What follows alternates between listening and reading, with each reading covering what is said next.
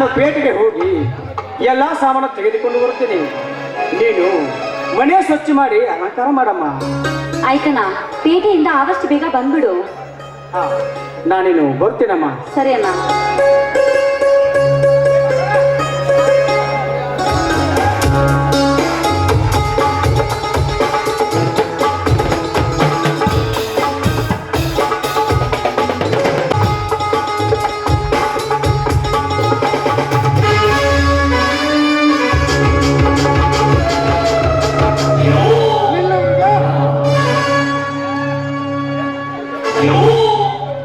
ಯಾರು? ಓಹೋ, ನೀನಾ? ನೀನೇಕೆ ಮತ್ತೆ ಇಲ್ಲಿಗೆ ಬಂದೆ? ಗಂಗಾ, ಅಂದು ನಿಮ್ಮನ್ನು ಮನೆಯಿಂದ ಹೊರಗಟ್ಟಿದ ಮೇಲೆ ನನಗೆ ಬಹಳ ದುಃಖವಾಯಿತು. ಅದಕ್ಕೆ ನಿಮ್ಮನ್ನು ನೋಡಿ ನಿಮಗೆ ಸಹಾಯ ಮಾಡಬೇಕೆಂದು ಬಂದಿರುವೆ. ನೋಡು, ಈ ನಮ್ಮ ಸಮಸ್ಯೆನ ಬಗೆಹರಿಸೋದಕ್ಕೆ ಆ ದೇವರಿಂದನೂ ಆಗಿಲ್ಲ ಅಂತದ್ರಲ್ಲಿ ನೀನೊಬ್ಬ ನರ ಮಾನವ. ಅಷ್ಟಕ್ಕೂ ನಮಗೆ ಸಹಾಯ ಮಾಡೋದಕ್ಕೆ, ನಮ್ಮ ಕಷ್ಟವನ್ನು ದೂರ ಮಾಡೋದಕ್ಕೆ ನೀನ್ ಯಾರು? ಮಾನವ ಮಾಡಿದ ಸಹಾಯವನ್ನು ಆ ದೇವರು ಎಂದಿಗೂ ಮಾಡೋದಿಲ್ಲ. ತೆಗೆದುಕೋ ಈ ಹಣವನ್ನು. ನನಗೆ ಬೇಕಾಗಿಲ್ಲ ಈ ನಿನ್ನ ಹಣ. ಮಾನವ ಕೊಟ್ಟಿದ್ದು 3 ದಿನ, ದೇವರು ಕೊಟ್ಟಿದ್ದು ಕೊನೆ ತನಕ ಎನ್ನುವ ಮಾತು ನನಗೆ ಚೆನ್ನಾಗಿ ಗೊತ್ತು. ನನ್ನ ಅನ್ನ ಇಲ್ಲದ ಸಮಯ ನೋಡಿ ಇಲ್ಲಿಗೆ ಬಂದಿರುವೆ ಅಲ್ಲ. ಮೊದಲು ಹೊರಟು ಹೋಗು ಇಲ್ಲಿಂದ, ಜಾಗ ಖಾಲಿ ಮಾಡು. ಹೇಗೀಗ ನಿನ್ನ ಅನ್ನ ಇಲ್ಲದೆ ದೇವರಾತು. ನಾನು ನಿನ್ನ ಪ್ರೀತಿ ಅನ್ನ ಅಂತ ತಿಳ್ಕೊಳ್ತೀನಿ. ಅನ್ನ ಅನ್ನ ಎಂದು ಸಂಬೋಧಿಸುವುದಿಲ್ಲ. ಸಣ್ಣ ನಡುವಿನ ಹೆಣ್ಣು ಲೇಗಂಗ. ನಾನೊಬ್ಬ ಕೆಟ್ಟ ಕಾಮುಕ, ಕೊಲೆಗಾರ, ಮೋಸ, ವಂಚಕ. ನಿನ್ನಂತ ಹೆಣ್ಣುಗಳ ಎಷ್ಟೋ ದೇಹದ ರುಚಿ ಉಂಟು. ನಾನು ನಿನಗೆ ಅಣ್ಣನಾಗಬಲ್ಲೆಯ? ಗಂಗ, ನಿನ್ನ ಅಣ್ಣ ಇಲ್ಲದ ಸಮಯ ಸಾಧಿಸಿ ಇಲ್ಲಿಗೆ ಬಂದಿರುವೆ. ಏ ನೀಚ, ಒಬ್ಬ ಗಂಡಿನ ಮುಂದೆ ಆಡಿ ತೋರಿಸಬೇಕಾದ ಏನಿಲ್ಲ ಗಂಡು ಮಾತನ್ನು ಒಂದು ಹೆಣ್ಣಿನ ಮುಂದೆ ಆಡಿ ತೋರಿಸುತ್ತಿರುವೆ. ನೀನೊಬ್ಬ ಗಂಡಸೇನು ತಾಯಿ ಗಂಡ?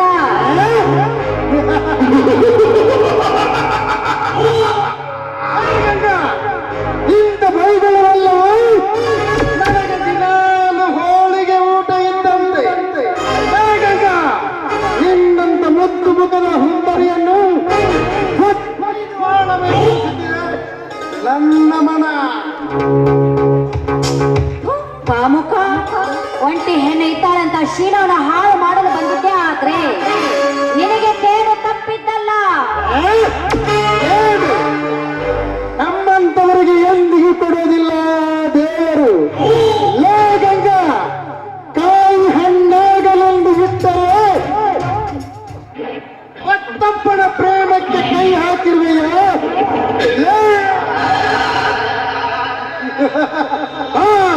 ಎನ್ನ ಬಳಿಗೆ ನನ್ನ ಕೈ ಹಿಡಿದು ಸುಖ ಪಡುವ ಗಂಡು ಈ ಭೂಮಿ ಮೇಲೆ ಇನ್ನೂ ಹುಟ್ಟಿಲ್ಲ, ಇನ್ನು ಮುಂದೇನು ಹುಟ್ಟುವುದಿಲ್ಲ. ಈ ಶರತ್ತನ್ನಿಟ್ಟ ಹೆಣ್ಣನ್ನು ಎಂದಿಗೂ ಬಿಟ್ಟಿಲ್ಲ, ಮುಂದೆಯೂ ಬಿಡಲಿಲ್ಲ. ನೀನೊಂದು ಹೆಜ್ಜೆ ಮುಂದೆ ಇಟ್ಟು ನನ್ನ ಮಾನವನ ಹಾಳು ಮಾಡಲು ಬಂದಿದ್ದೆ. ಆದ್ರೆ ಈ ನನ್ನ ಮಾನದ ಜೊತೆಗೆ ನನ್ನ ಪ್ರಾಣ ಹೋದರೂ ಚಿಂತೆ ಇಲ್ಲ.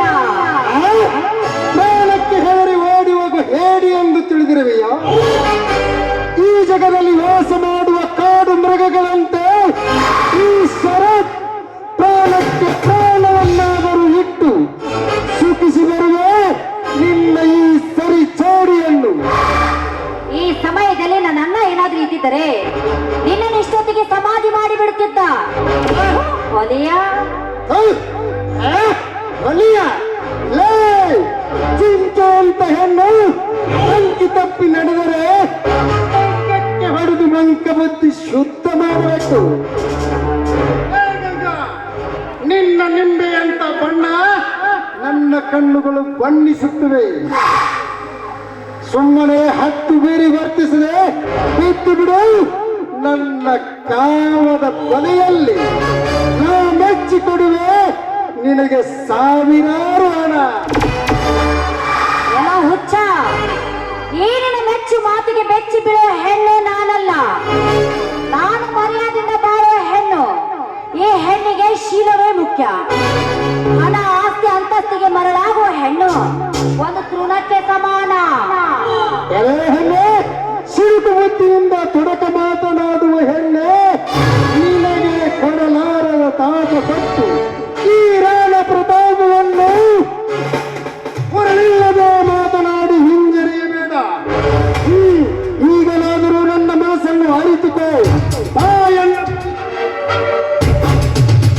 ಮತಿ ತಪ್ಪಿ ನನ್ನ ಕೆಣಕಲು ಬಂದ್ರೆ ನೀನಿಲ್ಲೇ ಮಡಿದು ಹೋಗುವೆ. ನಿನ್ನ ಕೇಶರಾಶಿಯ ಸೌಂದರ್ಯವನ್ನು ಕಂಡು ನಿನ್ನನ್ನು ಸುಖ ಬಯಸಿ ಬಂದ ನನಗೆ ಮಡಿದು ಹೋಗು ಎಂದು ಬೊಗಳುವೆಯ? ನಿನ್ನಂತ ಕಾಮ ಪಿಶಾಚಿಗೆ ಹೇಗೆ ತಿಳಿಯಬೇಕು ಈ ಸ್ತ್ರೀ ಏಟು? ನನಗೆ ಗೊತ್ತಿಲ್ಲವೇ ಏಟು? ನೋಡು, ನೀನು ತಿಳಿದುಕೊಂಡ ಹಾಗೆ ಆ ಕಲ್ಲಿನ ಏಟಲ್ವೋ? ಮತ್ತೆ ಕಾಲಲ್ಲಿರುವ ಚಪ್ಪಲಿ ಏಟು. ಕೇವಲ ನೀನೊಂದು ಹೆಣ್ಣು, ನನ್ನನ್ನೇನು ಮಾಡಬಲ್ಲೆ? ಲೇ ಮಂಕ ಬುದ್ಧಿಯವಳೇ, ನಿನ್ನನ್ನು ಈ ಪ್ರತಾಪ ಎಂದಿಗೂ ಬಿಡೋದಿಲ್ಲ.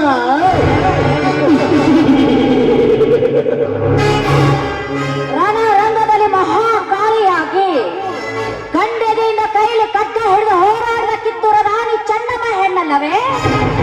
ಅದಲ್ಲದೆ ಪವಿತ್ರವಾದ ಪತಾಕೆಯನ್ನು ಏರಿಸಿ ತನ್ನ ಶೀಲವನ್ನು ಉಳಿದುಕೊಂಡು ತಾನ ಪತಿ ಹೊರತೆ ಅಂತ ತೋರಿಸಿಕೊಂಡ ದ್ರೌಪದಿ ಕೂಡ ಒಂದು ಹೆಣ್ಣಲ್ಲವೇ?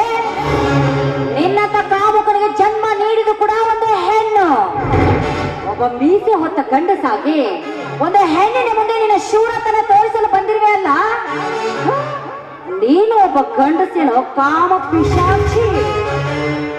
ಗಂಗಾ, ನಿನ್ನಂತ ಸಿಂಹದ ಬಾಯಲ್ಲಿ ಸಿಲುಕಿ ವಿಲವಿಲ ಒತ್ತಾಡುವ ಜಿಂಕೆ, ನನ್ನನ್ನು ನೀನು ಸುಮ್ಮನೆ ಮಾತನಾಡಬೇಡ. ನನ್ನನ್ನು ತುಚ್ಛೀಕರಿಸಿ ಮಾತಾಡಿದಿ ಅಂದರೆ ನೀ ಬೀಳುವೆ ಸೆಳುವಿಗೆ. ಬೇಡಿ, ದಯವಿಟ್ಟು ಈ ರೀತಿ ಅನ್ಯಾಯ ಮಾಡಬೇಡಿ. ತಿಳಿದು ನೋಡಿ, ಈ ನನ್ನ ಆಲಿಂಗನ ಸುಖವನ್ನು ಬಯಸಿ ಅಧರ್ಮವನ್ನು ಅನಾಹುತಕ್ಕೆ ಆಸ್ಪದ ಕೊಡಬೇಡಿ.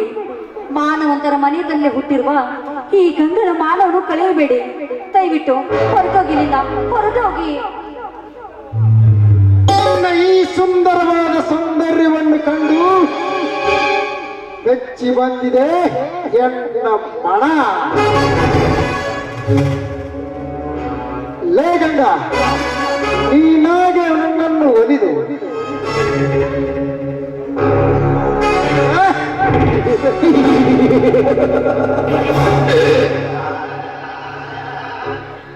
ಲೇ ಗಂಗಾ, ಹಿಂಕದ ಮಾತಿಗೆ ಮರಳಾಗಿ ಅಂಕಿತನಾಡಾಗಲು ನಾನೇನು ಮಂಕು ಬುದ್ಧಿಯವನಲ್ಲ. ರಾವಣ ಸೀತೆಯನ್ನು ಹೊತ್ತೊಯ್ದಂತೆ ನಿನ್ನನ್ನು ಹೊತ್ತೊಯ್ದು ಸುಖ ಪಡುವುದೇ ಈ ಶರತನ.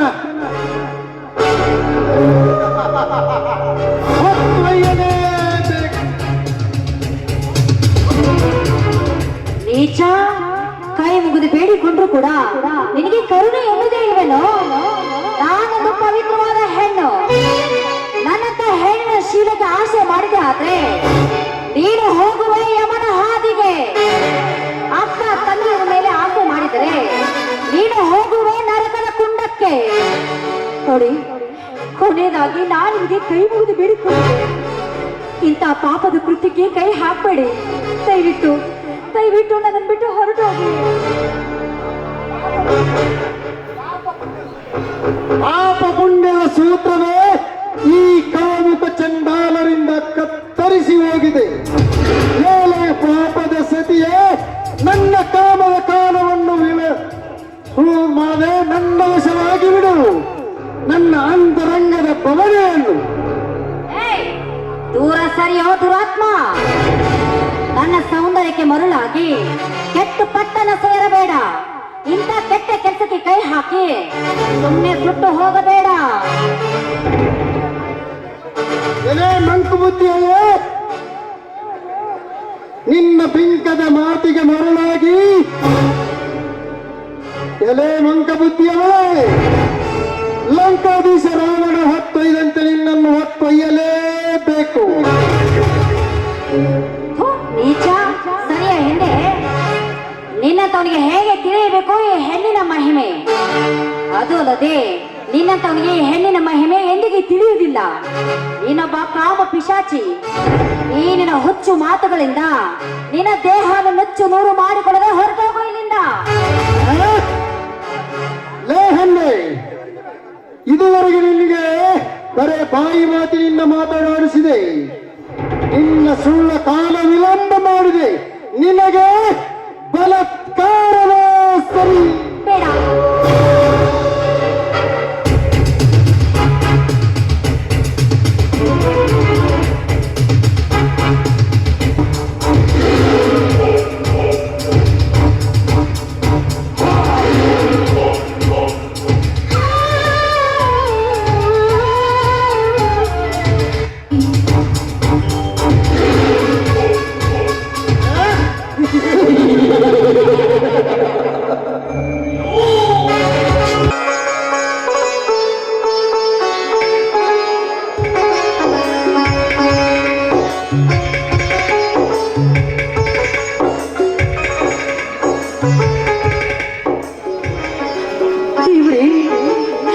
ಈಗಲಾದ್ರೂ ತೀರಿತೆ ನಿನ್ನ ಆಸೆ.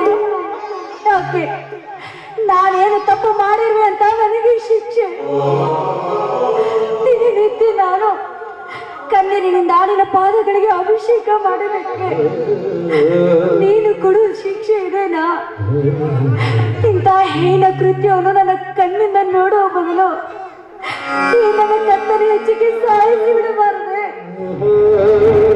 ಇಂಥ ಹೇಸಿ ಕಾರ್ಯವನ್ನು ನೋಡ್ಬೇಕು ಅಂತ ನನ್ನನ್ನು ಈ ಭೂಮಿ ಮೇಲೆ ಇನ್ನೂ ಬದುಕಲು ಬಿಟ್ಟಿರುವೆಯಾ?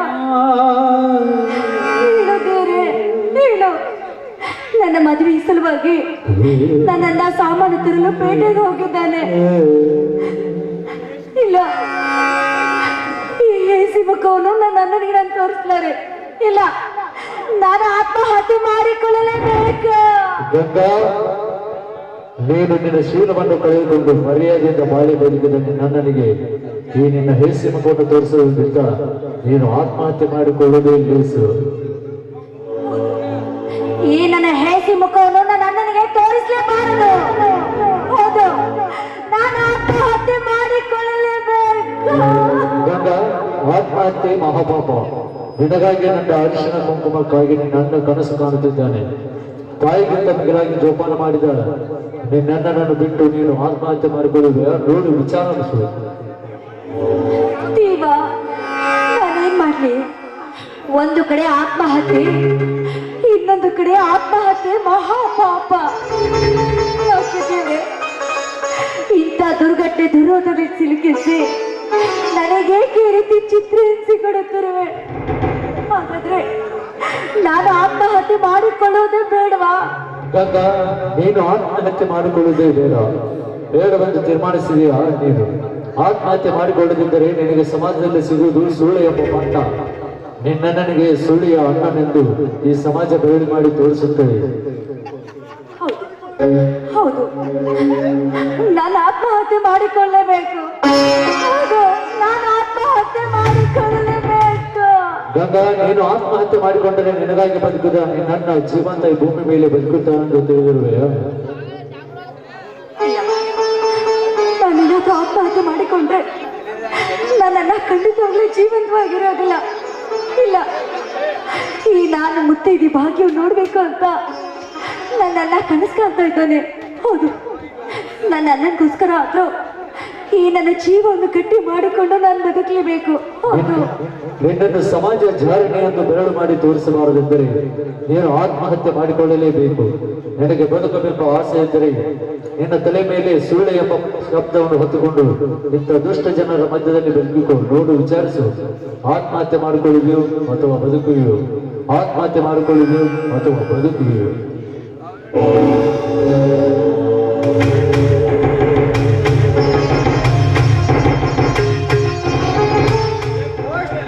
ಯಾರಿದ್ದೀರಿ ಮನೆಯೊಳಗೆ? ಯಾಕೆ? ನಿಮ್ಮನ್ನು ಮೈಸೂರಿನಿಂದ ಪೋಸ್ಟ್ ಬಂದಿದೆ.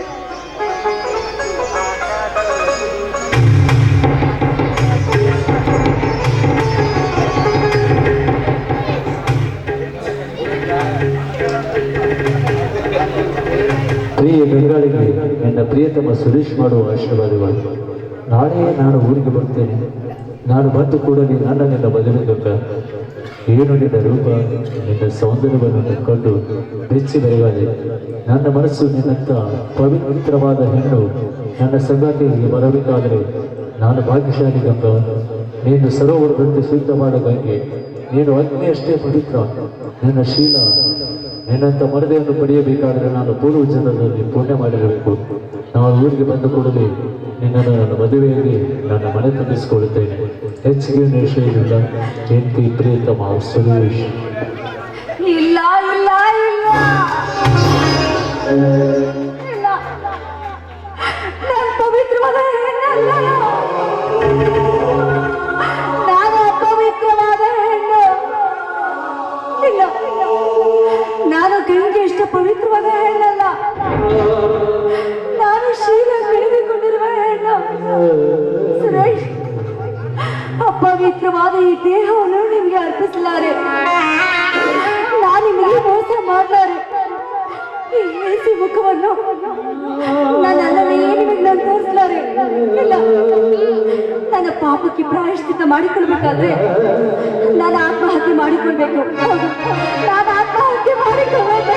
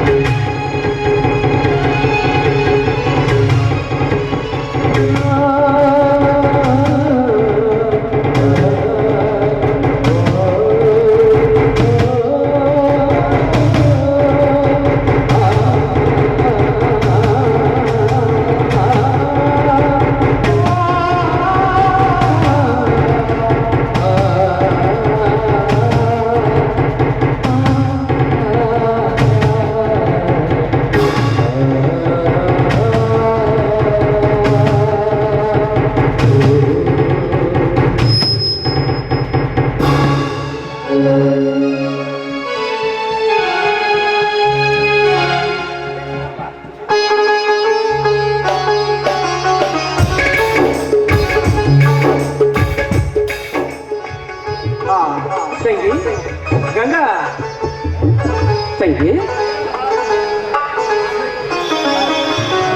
ತಂಗಿ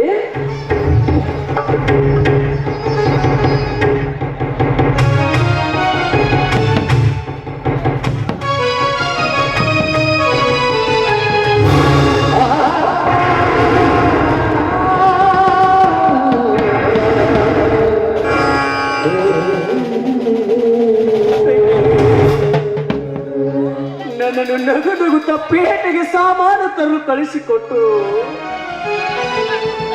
ನಾನು ಪೇಟೆಯಿಂದ ಮರಳಿ ಬರುವುದಾಗಿ ನನ್ನನ್ನು ಬಿಟ್ಟು ಬಹು ದೂರ ಹೊರಟುವನೇನಮ್ಮ.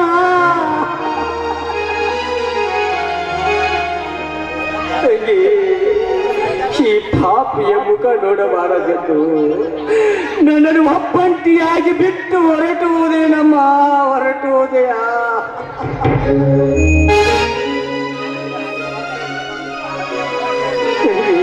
ತಂಗಿಯಮ್ಮ, ನಾಳೆ ನಿನ್ನನ್ನು ಮದುವೆಯಾಗುವ ಗಂಡ ಬಂದು ಕಿರಣ್ ನಿನ್ನ ತಂಗಿ ಹೇಗಿದ್ದಾಳೆಂದರೆ ಏನೆಂದು ಉತ್ತರ ಕೊಡಲೆಮ್ಮ.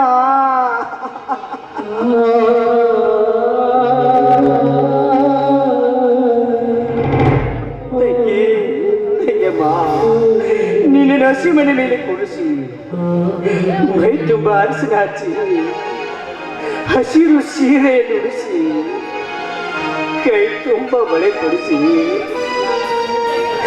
ನಗು ನಗುತ್ತಾ ನಿನ್ನ ತಲೆಯ ಮೇಲೆ ಅಚ್ಚದ ಕಾಳನ್ನು ಹಾಕಿ ನಗು ನಗುತ್ತಾ ನಿನ್ನ ಗಂಡನ ಮನೆಯಲ್ಲಿ ಬಾಳು ಸಾಗಿಸುವುದನ್ನು ನಾನು ಕಣ್ ತುಂಬ ನೋಡಬೇಕೆಂದು ಕನಸು ಕಾಣುತ್ತಿದ್ದ ನಾನು ಆ ಕನಸನ್ನು ನುಚ್ಚು ನೂರು ಮಾಡಿದೀನಮ್ಮ.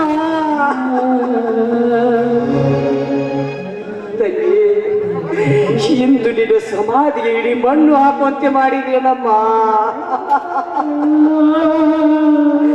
ಮಾತಾಡು ತಂಗಿ, ಮಾತಾಡಮ್ಮ.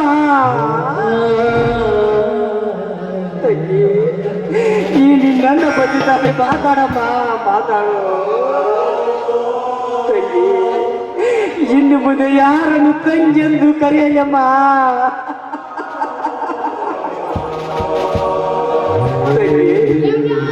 ಮಾತಾಡಮ್ಮ.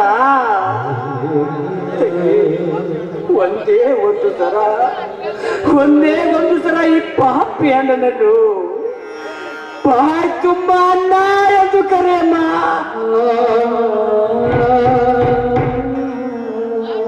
ಹೌದಮ್ಮ, ಒಂದೇ ಒಂದು ಸರ ಈ ಅಣ್ಣನ ಬಾಯ್ ತುಂಬ ಅಣ್ಣ ಎಂದು ಕರೆಯಮ್ಮ.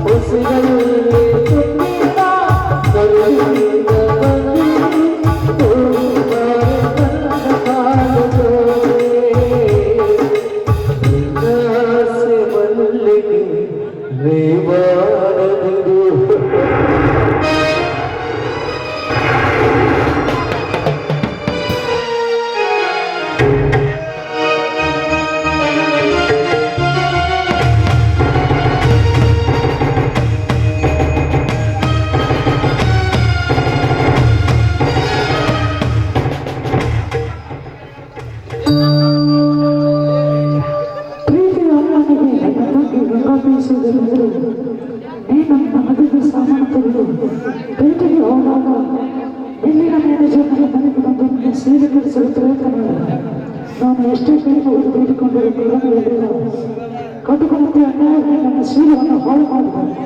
ಈ ಅನ್ಯಾಯವನ್ನು ನಾನು ಸಹಿಸಲಾಗಲಿ ಮತ್ತು ನನ್ನ ಹೆಸರಿಕೊಂಡು ನನಗೆ ತೋರಿಸಲಾರದೆಂದು ನನ್ನನ್ನು ನಂಬಿಕೆ ಸರಿಸಿ ಮೋಸ ಮಾಡಬಾರದೆಂದು ನಾನು ಈ ತ್ಯಾಗಕ್ಕೆ ಹೇಳಿದ್ದೆ. ನೀನೆಷ್ಟೇ ಮುಂದುಕೊಳ್ಳಲು ಆ ದೇವರೇ ಬಲ್ಲ. ಇಷ್ಟೆಲ್ಲ ಅನ್ಯಾಯ ಮಾಡಿದವರನ್ನು ಇದನ್ನು ಅವರಿಗೆ ಚಂದನ್ನು ತುಂಡಾಗಿ ಕತ್ತರಿಸಿ ಅವರನ್ನು ಪೂಜೆಗೆ ಅರ್ಪಿಸಿದರು. ಸತ್ಯ ಸ್ವರ್ಗದಲ್ಲಿ ನನ್ನ ಹಾಗೂ ನನ್ನ ತಂದೆಯ ಆತ್ಮಕ್ಕೆ ಶಾಂತಿ ಮತ್ತು ನೀನನ್ನು ನನ್ನ ಅನ್ನಾಗಿ ಹೊಂದುವುದಕ್ಕೆ ಸಾರ್ಥಕ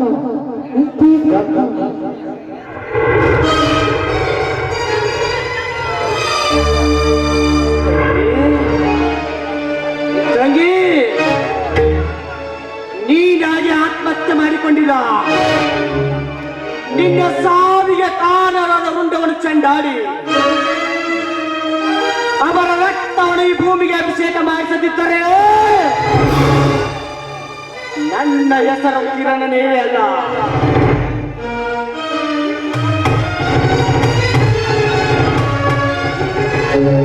ಹಾಗೆ ಮಾಡಿದಾಗಲೇ ಇಂದಿನ ಶ್ರೀಮಂತರಿಗೆ ಬುದ್ಧಿ ಬರುವುದು.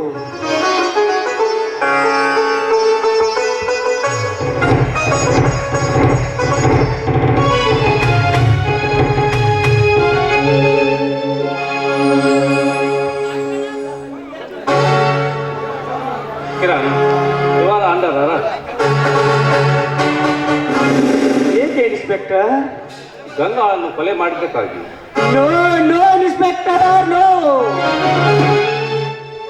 ಈ ಮಾತನ್ನು ಬೇರೆ ಯಾರಾದರೂ ಆಡಿದ್ದರೆ ಅವರ ನಾಲ್ಗೆನೆ ಸೀಳಿ ಬಿಡುತ್ತಿದ್ದೆ ಇನ್ಸ್ಪೆಕ್ಟರ್. ಚಿಕ್ಕಂದಿನಿರುವಾಗಲೇ ತಾಯಿಯ ತಪ್ಪಲಿಯಾದ ನನ್ನ ತಂಗಿಗೆ ತಂದೆಯಾಗಿ ತಾಯಿಯಾಗಿ ಕೈ ತುತ್ತು ಮಾಡಿ ಉಣಿಸಿದ ನಾನು ನನ್ನ ತಂಗಿಯನ್ನು ಕೊಲೆ ಮಾಡೋ ಕಟಕ ನಾನಲ್ಲ ಇನ್ಸ್ಪೆಕ್ಟರ್, ನಾನಲ್ಲ.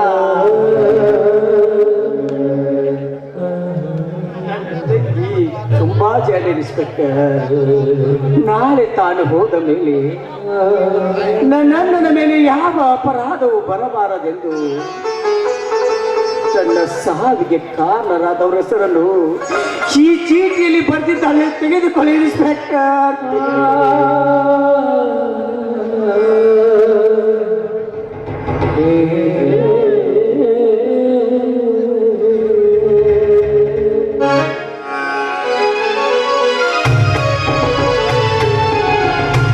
ಹೌದು ಕಿರಣ್, ಅವಸರದ ಅಬ್ಬರದಲ್ಲಿ ನಿನ್ನನ್ನು ಅರೆಸ್ಟ್ ಮಾಡ್ತಾ ಇದ್ದೆ. ಇದಕ್ಕೆ ಈ ಚೀಟಿ ನೋಡಿದ ಕ್ಷಣ ಇದಕ್ಕೆ ಇದರ ಉತ್ತರವೇ ಬೇರೆಯಾಗಿದೆ. ಅವರನ್ನು ಹಿಡಿದು ಸರಿಯಾದ ಶಿಕ್ಷೆ ಕೊಡದಿದ್ದರೆ ನನ್ನ ಹೆಸರು ಇನ್ಸ್ಪೆಕ್ಟರ್ ಸುರೇಶನೇ ಅಲ್ಲ. ನಡೆ, ಮೊದಲು ಅಂತ್ಯಕ್ರಿಯೆ ಮುಗಿಸೋಣ. ಸಮಾಧಾನ ಹೇಗೆ ಸಮಾಧಾನ ಮಾಡಿಕೊಳ್ಳಿ ಇನ್ಸ್ಪೆಕ್ಟರ್? ನನ್ನ ತಂಗಿ ಎಲ್ಲ ಸ್ತ್ರೀಯರಾಗಿ ಮುತ್ತೈದೆಯಾಗಿ ಸತ್ತಿದ್ದರೆ ಸಮಾಧಾನ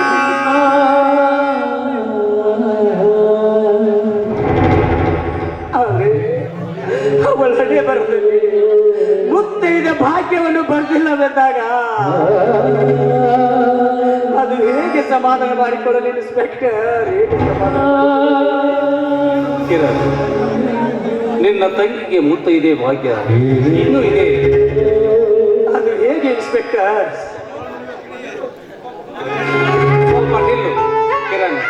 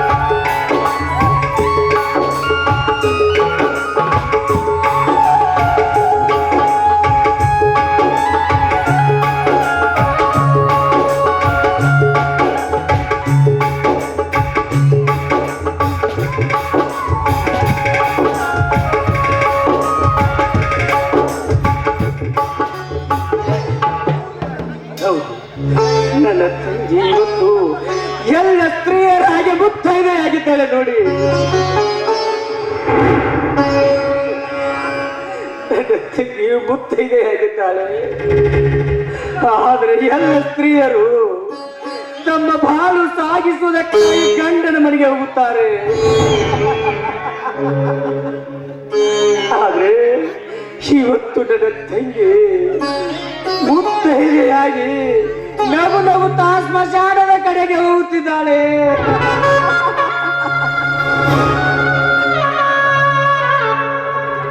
ಹೌದು, ನನ್ನ ತಂಗಿ ಎಲ್ಲ ಸ್ತ್ರೀಯರಾಗಿ ಮುತ್ತೈದೆ.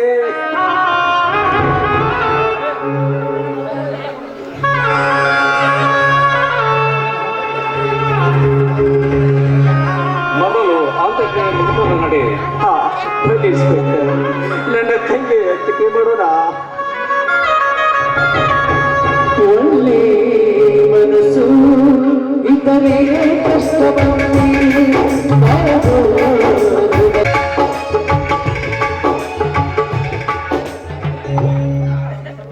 ಹೇ ದೇವ, ತೀರಿದೆ ನಿನ್ನ ಛಲ.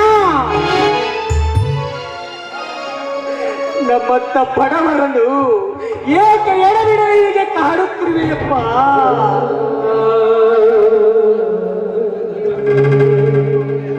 ಹೇಳು ದೇವ, ಹೇಳು ಹಾಳು ದೇವ. ನನ್ನ ತಂದೆ ನನ್ನಿಂದ ದೂರ ಮಾಡಿದೆ. ಆ ದುಃಖವು ನನ್ನ ಹೃದಯದಲ್ಲಿ ತುಂಬಿಕೊಂಡಿರುವಾಗ ನನ್ನ ಮುದ್ದು ತಂಗಿಯ ಮುಖ ನೋಡಿ ಸಂತೋಷದಿಂದ ಕಾಲ ಕಳೆಯುತ್ತಿದ್ದೇನೆ. ಈಗ ಆ ತಂಗಿಯನ್ನು ನನ್ನಿಂದ ದೂರ ಮಾಡಿಬಿಟ್ಟಿಯ ದೇವರೇ.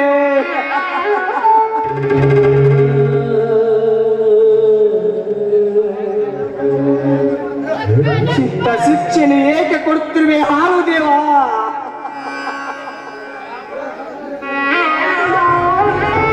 ಭಕ್ತ ಬಡವರ ಈ ಭೂಮಿ ಮೇಲೆ ಬದುಕಬಾರದೆ.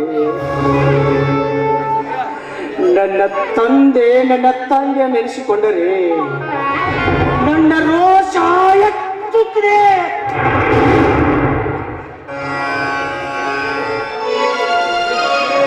ನನ್ನ ರಕ್ತ ಕಥ ಕಥನೇ ಕುದಿಯುತ್ತಿದೆ.